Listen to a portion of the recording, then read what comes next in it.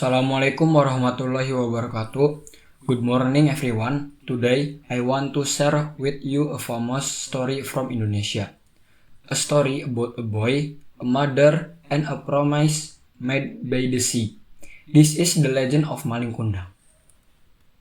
Many years ago, in a small fishing village by the Indian Ocean, there lived a widow and her son, Malin Kundang. They were very poor. Their house was a small wooden hut with a roof of dried palm leaves. Every day, the mother worked hard. She washed other people's clothes in the river. She sold vegetables in the market.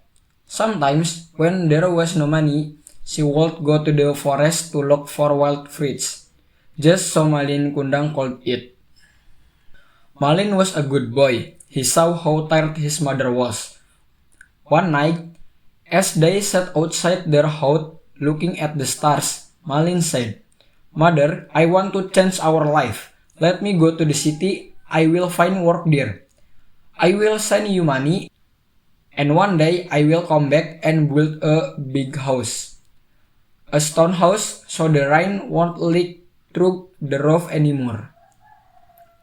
The mother was sad to let him go, but she knew he was right. She hugged him tight and said, "Go, my son, but never forget who you are." Malin left the next morning. The mother stood on the beach until his small boat disappeared into the horizon. Days turned into weeks, weeks turned into months, months turned into years. Every evening, the mother would sit on the same rock, waiting. Her hair turned white. Her eyes grew weak, but she never stopped believing. "My son will come back," she would whisper to the waves. He promised. 20 years later, something happened. A big ship came to the village.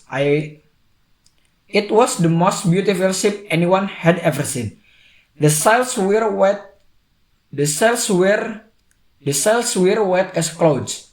The wood was polished and shining, and standing on the deck was a man in expensive clothes. It was Malin, but he looked very different now. He was rich. He had many workers behind him. The villagers ran to tell the old mother. She could not believe it. She walked as fast as her old legs could carry her down to the beach. "Malin, Malin, my son!" the mother called out. Her voice was shaking.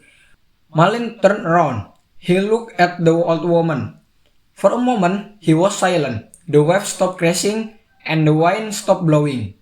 Everyone was quiet. Then Malin walked down from his ship. He walked through the water, until he stood in front of his mother. He looked at her rough hands, her tired face, her white hair. And then he knelt down. He took her hand and kissed them. "Mother," he said, his voice breaking, "I am home. I keep my promise." Malin built the stone house for his mother. It had strong walls, a roof that never leaked. The mother lived there happily until she was very, very old. And every evening, she would sit on the porch with her son, watching the sunset, just like they did when he was a little boy. People say that if you visit the village today, you can still see the stone house. They say it reminds us that a promise is a promise, and that a mother's love is never wasted. That is the story of Malin Kundang. Thank you for listening. Wassalamualaikum warahmatullahi wabarakatuh.